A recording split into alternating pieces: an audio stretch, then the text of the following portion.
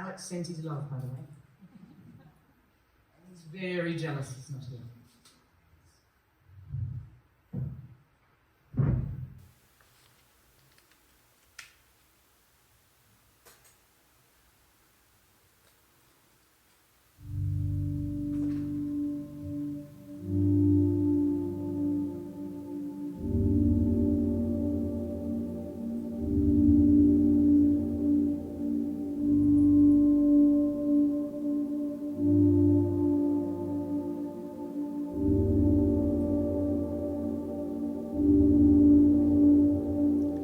Turtle was laying on the beach. I almost stood on her. She was hidden by a dune, and as I stumbled over, She just looked up and stared. No malice, just resignation. She'd already laid and was burying her eggs. the effort was enormous. She heaved and scooped, tossed the sand, heaved, scooped, turned heavily, tossed, turned around. And when she was done, she suddenly hurtled down to the waves, taking us by surprise. Despite her heavy shell, she barreled down, leaving us trailing behind with our cameras. And I remember wishing I could follow her because, but then she was gone. Back to where life was so much easier. So much easier. Weight carried by waves. 24 hours later, I was in the resuscitation room of the emergency department, a team of 7 or 8 bewildered gowns around me. I was exhausted past care. My heart monitor was going nuts, and all the medical gowns could offer was, "Doesn't that hurt?" It was the 19th of February, 2019, the bombing of Darwin anniversary. I'd spoken at an event before heading to Parat Pool for a few laps. I was feeling a bit nauseous and my neck was sore. The cool water revived me, so I started to swim. But by the time I reached 30 meters, I wanted to vomit. I leaned over the edge. The urge calmed, but I realized something was very wrong. I downgraded to a gentle breaststroke, dragged myself through the water, trying to make it back home. Halfway there, I hear this coming from my shell, so I push right past this high school class, all gawking at me, like they'd never seen a turtle at Parat Pool before. And I call out to the lifeguard, there are eggs inside my lungs, all breaking, and I can't breathe. We take our heart for granted, don't we? It's just always there, keeping time. We don't think for a moment it might stop. We certainly never imagine it could break.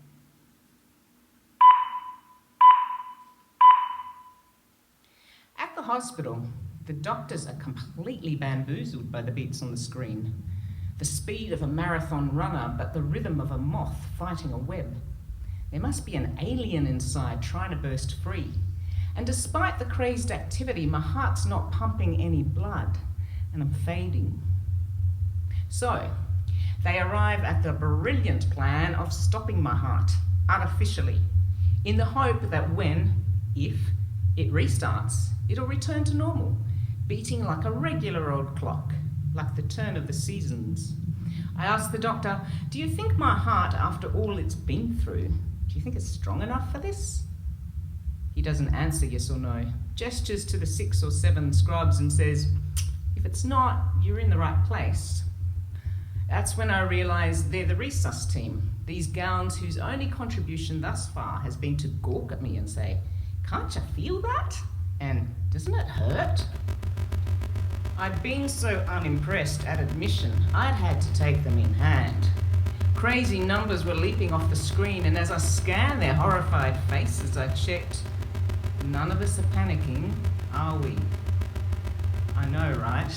A bit presumptuous of me to play event manager when they'd spent years studying the human heart, and I wouldn't have a clue. But I wanted to know the people in charge were on my team. We'd progressed through things calmly. No panic and rash decisions like the night my mum died. No panic here, certainly not. Breathe in. But can't you feel that? Nope. While my heart's running 1,000,000 miles an hour and mixing the worst of techno with Taylor Swift, all I feel is incredible exhaustion and an awful grief. 1 minute I'm perfectly healthy, and the next they're about to stop my heart. And I'm starting to realise I won't be going home. It's one of those movies where the person closes their eyes and he's gone.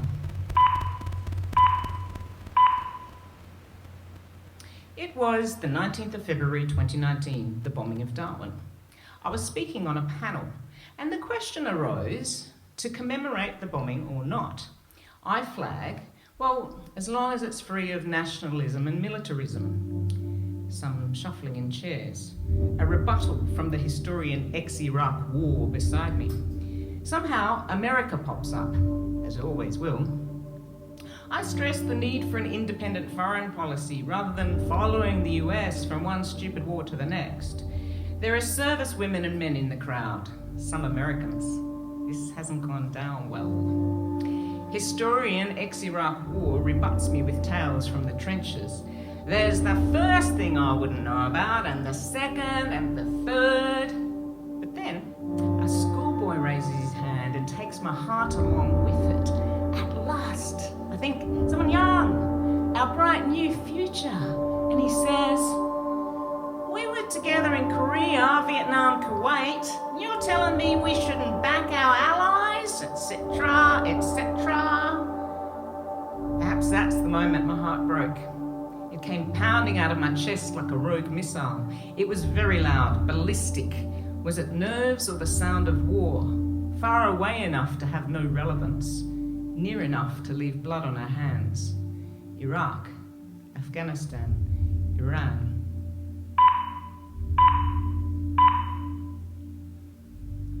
When you're suddenly about to die, there's not enough time to process complex things, like the plans you had, or even the people you love, like that son who arrives, that immediately goes outside for a smoke. Who's ever ready for this? In a compressed death sentence, you don't grieve over words, over sons or lovers or words that will never be said. You grieve for the sky. Oh, the world has been a sweet, sweet place. And to not be in it anymore, to be no more. However, when your heart's turned treacherous and someone's threatening to stop it in its tracks, the worst thing you can do is panic. So, to calm myself, I focus on the turtle from the day before. That turtle returned to the dunes where she was born in order to lay. She returned to water again, returned to lay. Her children returned to water, returned to find her. It's all cyclical, all entering and leaving by the same door. It's not like you stop forever. It's not. The worst thing you can do is panic. Repeat, it's not like you stop forever. Leave and return. Lie down in the sand. Try not to be sad. Somehow, like the turtle, you'd go on. You just don't know yet what that looks like. Deep beneath waves.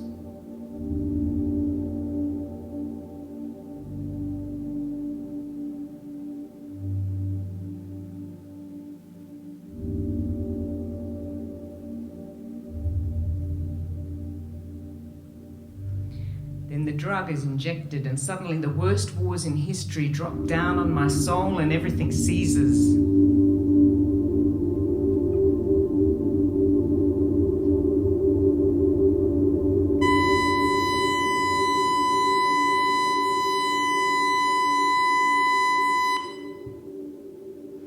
We take our heart for granted, don't we? It's just always there, keeping time, timing our lives. We don't think for a moment it might stop. We certainly never dream it might break. Who ever heard of a heart breaking? Like China, a bone, a previously held record for rain. But what did you expect? Your heart would always keep going like this?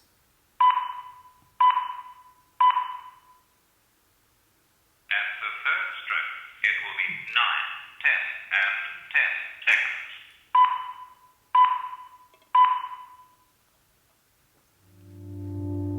seconds. Those comforting sounds of childhood, back in a time when we thought there would always be water, a clear sky, when we thought that life was a matter of planning to the next, to the third stroke, career goals. Where do you see yourself in 5 years? None of us saw the temperature rising, not on the list. My grandma relied on the talking clock because she was blind. Nana had a walnut clock sitting proud on the mantelpiece. Cogs and wheels, the ticking and talking minutes. Things weren't digital yet, that clicked around later. And I might sound like a nostalgic fading lady, but listen to this. You could actually feel the time slipping between your fingers. At the third stroke, it will be 3, 18, and 20 seconds. Time slipped between your fingers and love dialed around your phone. Oh, the unbearable wait when a childhood crush had a 9 in his number. 6, 2, 9, 9. People living out past Hay had their own human on the line. Whenever I called Jackie Little, I asked the human for 24U, and she'd switch us through with, "Jackie, you there?" Hey. Even then it was hard enough living on the barren plains. Aboriginal people were sensible, preferring the reed beds and rivers to the saltbush. But white folks tried to make farms out of dust. And there was Jackie Little, 13, and her dad. She could already drive. I bluffed that I could too, installed the ute.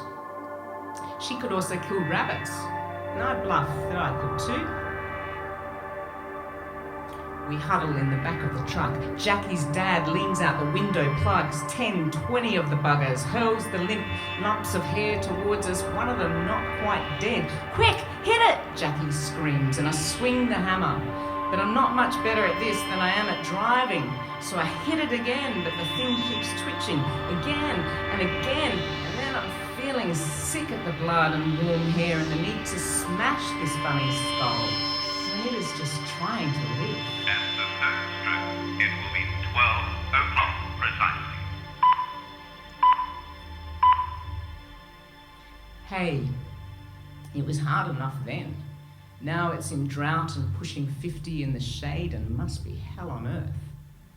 And we could be all smart-ass and say, it was all your farming. It was yous clearing the land and stealing the water. Now look. But I'm not much good with a hammer. Not on someone who's barely alive, crying, how did it come to this?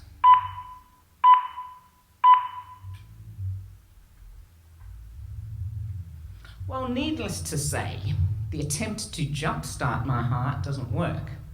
Not even when they try a second time with a double dose. It gives a break in the weather, perhaps, a minute. But then we're back to catastrophe again. No one can understand my heart, trying to run the New York Marathon, but barely making it off the blocks, sweating, panting on the same spot, with millions of children lining the streets, screaming, catch up on all that lost time! At the third stroke, 47 stroke precisely, 4:32 precisely. Then someone in charge heads straight to the machine and says, we'll just mute that, shall we?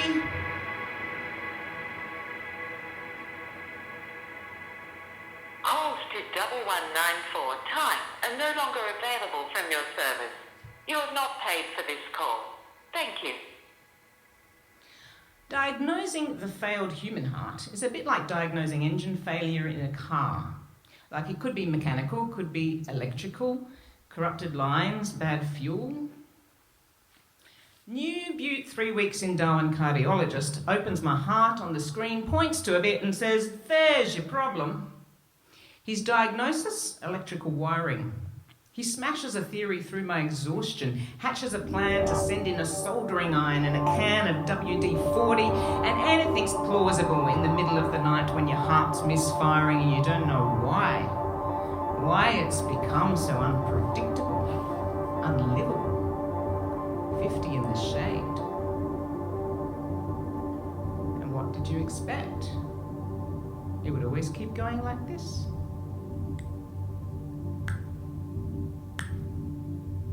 It would never be damaged, couldn't break. It might rise 1 degree perhaps, 1.2, 1.3. Around 2 o'clock on this tangled night, I recognise, to my horror, the voice in the bed next door. It's Buffy Kev. Buffy Kev has taken 1 too many of this drug, or about 30 too many of that, and has he been drinking? Well, he refuses to have a blood alcohol test. But the nurses are having none of it and keep drilling down. So, you didn't drink a thing, Kev? No beer? It's important we know the truth, Kev. How many of those did you say you swallowed? How many are usually in a packet? And the packet was half empty, you say. So was it 15, 16 or 32? It was found blue, after all. After all. It's in Kev's own interest to tell the truth. Although no one ever did find out about missing wife number 2. Number 1 was found eventually a year after disappearing, dead in a car in a creek bed. But nothing could be pinned. Ooh, not on Buffy Kev. But there was a witness to his violence, a snowflake-looking kid whose voice hadn't broken yet. He'd seen Kev flogging his kids and was prepared to say so in court, and I think that was what broke my heart. Not the murders or floggings, but this squeaky voice, taking on a bully when he might be next. Tied up in a boot, but no fingerprints. At the third strip, it will be 7, 17, and 10 seconds.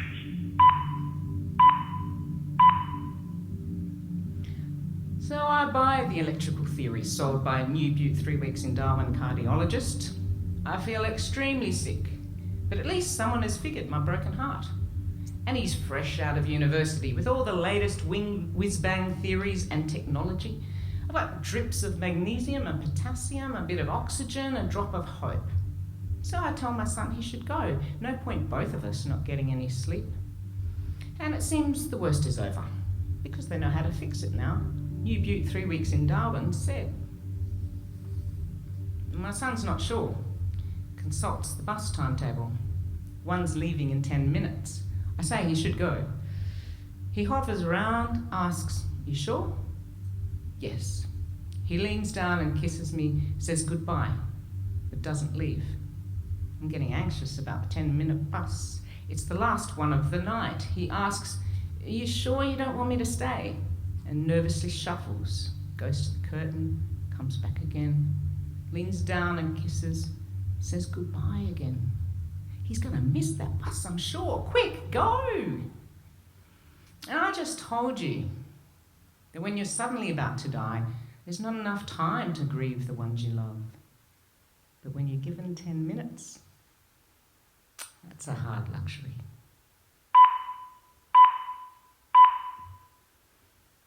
So he leaves me to the dimmed lights, the haunted voices, and the fresh lab results that tell a different story. And the forecast starts to shift as regular blood tests on the hour reveal worse and worse results. Like reading the daily temperature, it just gets worse. We take our heart for granted, don't we? It's just always there, keeping time, timing our lives. We don't think for a moment it might stop delivering oxygen to where it's needed. And have we ever considered the implications of that? They start to fall, one organ after the other. Then your brain takes the last bus home, closes the door.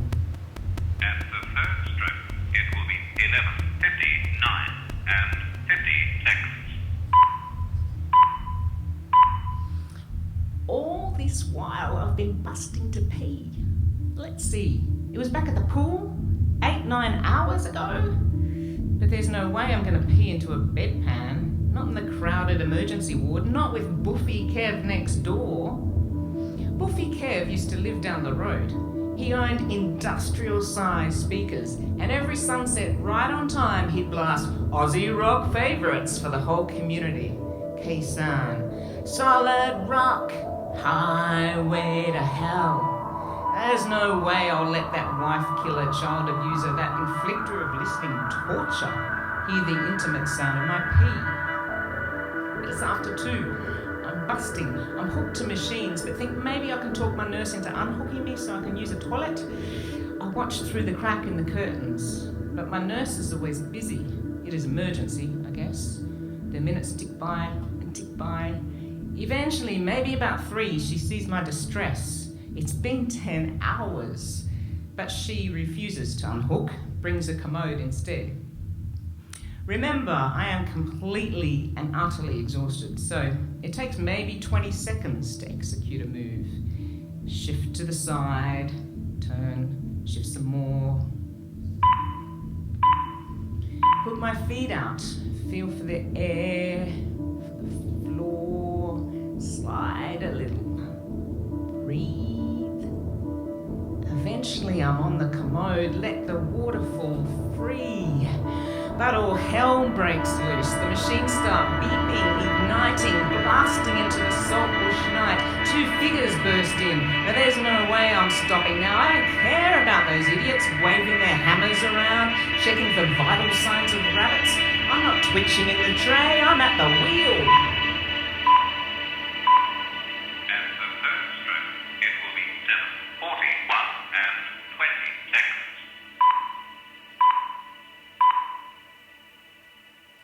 When your heart's been damaged, it sends troponin through your blood.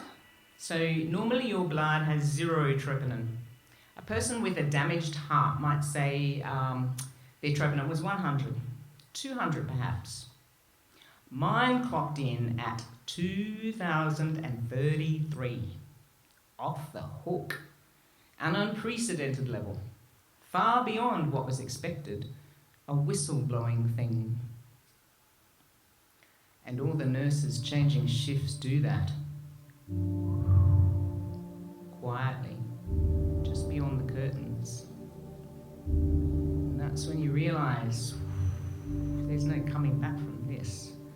Not from 2033. A severely damaged heart.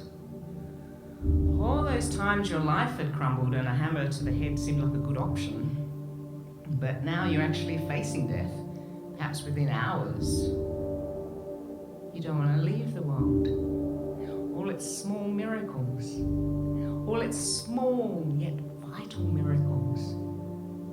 Water. Colour. Light.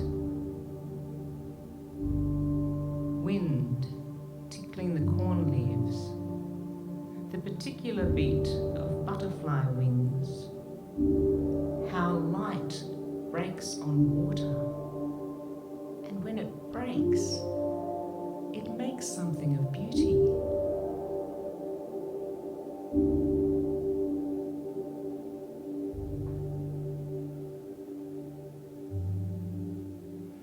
And all the nurses changing shifts do that. Quietly, just beyond the curtain. And Buffy Kev's released. He's badgering for a taxi, whinging, how's he meant to get home? His girlfriend won't come, he says. She's sick of his shit. And the long-suffering nurse is all out of care. She marches him down the corridor, out the door. Buffy Kev suggesting they might have a drink sometime. At the third stroke, it will be 4:17 and 10 seconds. So my heart was stuffed, completely, despite his university education down south. New Butte 3 weeks in Darwin had got it terribly wrong. It wasn't an electrical fault, it was the whole damned engine. 3 of the cylinders had blown and I was down to 1. My heart was pumping at only 20%. And how far down the road will you go on that? As I absorb these new figures, the whispers and whistles, I remember this all happening before, to my mother. I was at the pool again, about to visit her in hospital, when a crow swooped down with the news that everything had fallen apart. All of their expert theories, the worst to expect, all shattered in a wing beat. My mother wouldn't see another night sky, another falling star.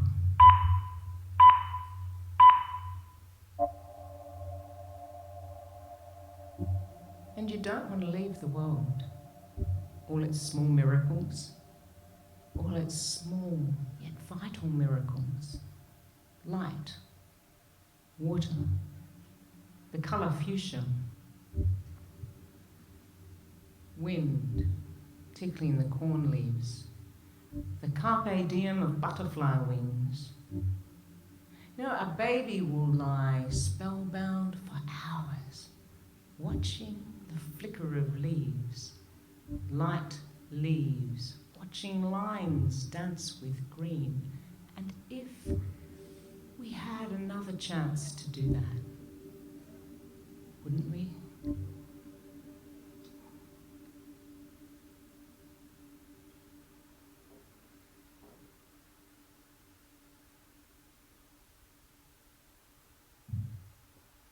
It's still dark in emergency, still night.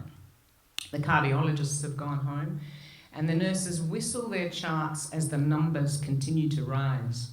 1,000, 1,500, 1,995. Nobody, not even the experts, saw this coming. Sure, they knew there was a problem. They even tried turning my heart off and on again, just in case.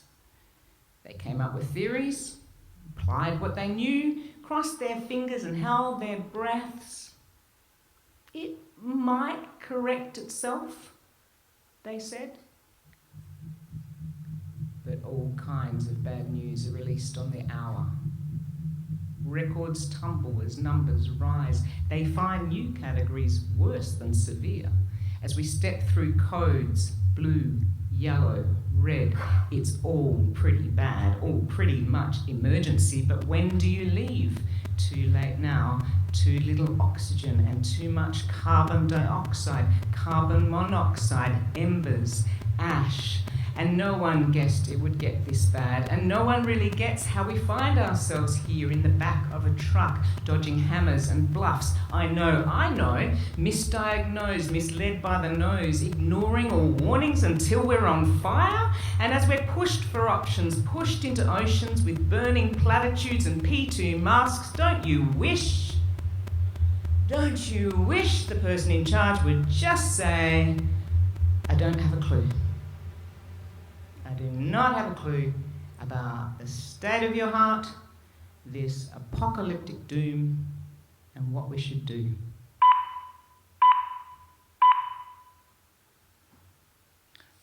We took our heart for granted, didn't we?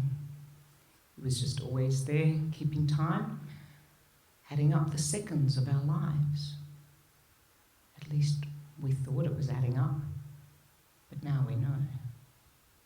It was counting down. 59, 58, 57, 56. But if we start thinking like that, we're done.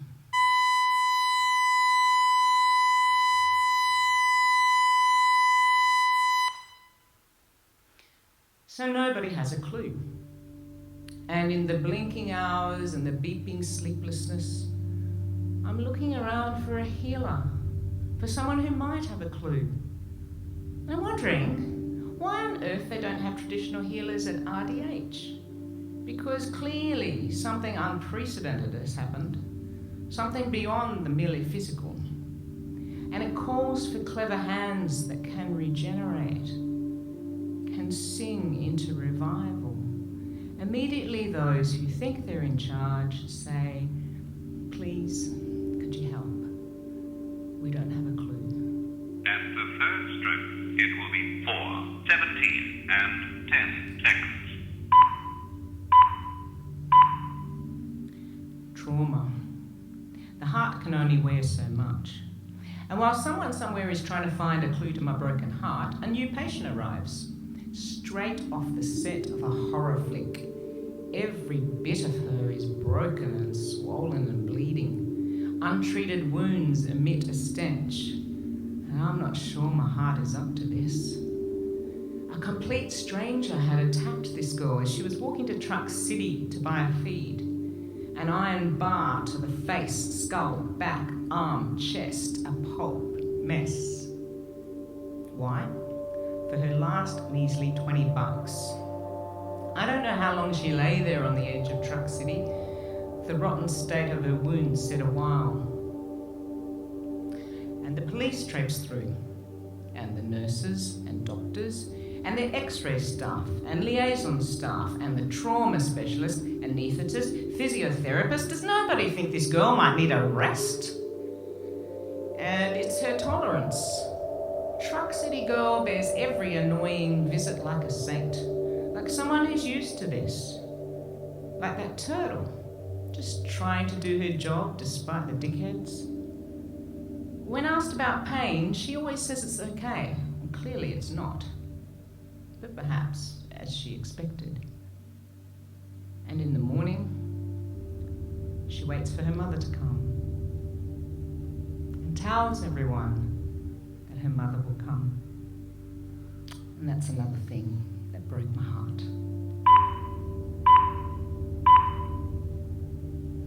There is this species of jellyfish that's immortal. It lives forever. But it doesn't have a heart. And I think that maybe we could live forever too, if we didn't feel. Over your lifetime, your heart wears and tears and eventually breaks. 2033, 50 degrees. A sad old planet, holding up too many blistered feet. A hot, tired mother. A turtle with a longevity that none of us could bear.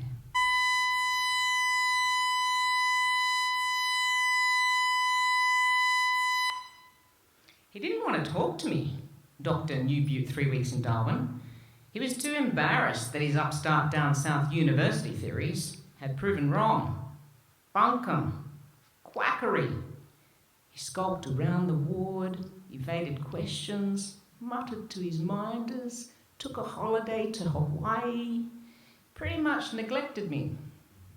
When I had no issue. I knew that everyone can make a mistake. I couldn't drive a ute or kill a rabbit. And he didn't know my heart. Everyone can make a mistake. And all he had to do was look me in the eye and say that, and I would have trusted him again. I would have said, okay, what do we do? At the third stroke, it will be 6:25 and 20 seconds. Darwin Hospital is uniquely blessed in having untouched bushland right beside it. And that's where my son and I are headed. I've been stuck inside the cardiac ward for 5 days. The constant beeping, the musical chairs of beds, haunting code blues, the unbearable pleas of a patient being rolled on her bad side, the absence of day. So, we hatch a plan to break out, snatch a wheelchair, ding the elevator, and we're off. Drive, drive, drive, I think, as he wheels me out the front door, past the cafeteria and the sneaky smokers, and on to the red, honest dirt. I thought I'd never see beyond those front doors again. And here we are, out bush. And it's February, just rained, gloriously fresh and green. There's a shallow, stony creek. I shuffle out of my wheelchair, edge towards it. My son nervously checks, "Are you okay?" I'm more than okay. I'm ankle deep in an old memory. Water. Colour. Light.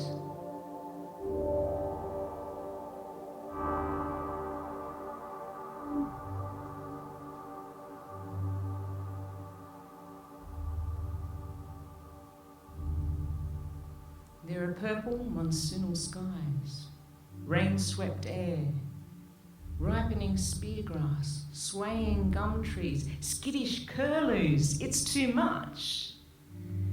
And on the way back, he takes me up to the top of the car park where we stop and watch the magnificent sun descending behind the emergency sign, descending to rest, and not forever.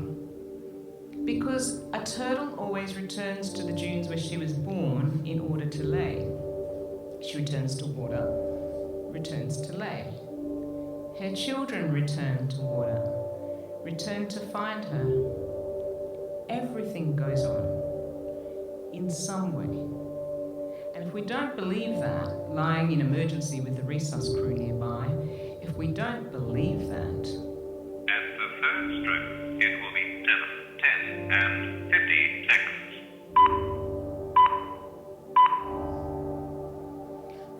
finally, the right diagnosis.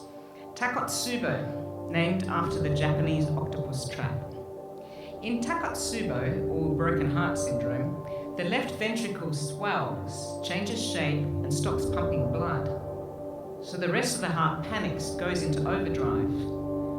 The most dangerous time is that initial moment when the octopus enters and snap. Sometimes the octopus dies. However, if it makes it past that particular exit, the chances of recovery are good. The damage can be severe, perhaps unprecedented. However, there are ways to heal the broken heart. Feed it the right foods: watermelon, rosellas, dragon fruit. Never feed it poisons. Rest it in the sun, away from trauma. Rest it. Rest it. Don't subject it to a stress test or a royal commission. You already know the truth, so just listen. When your heart's been severely damaged, brought to the brink of extinction, lend it some time.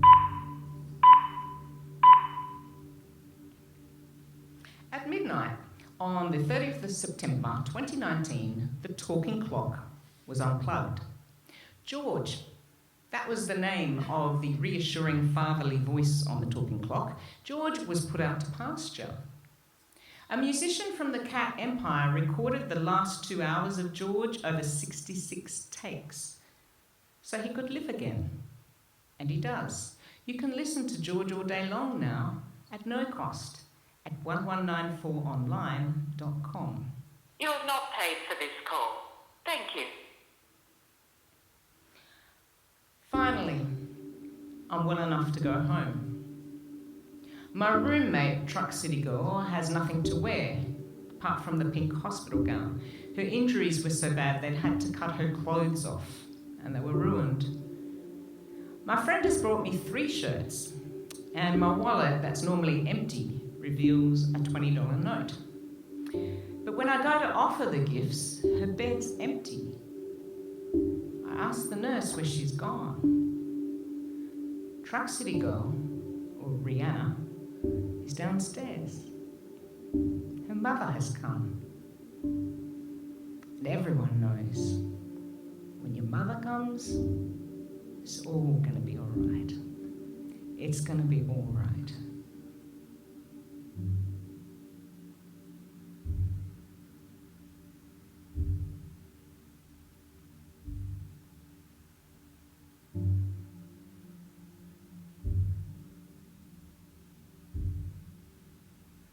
A turtle was laying on the beach, and when she was done, she hurtled down to the waves.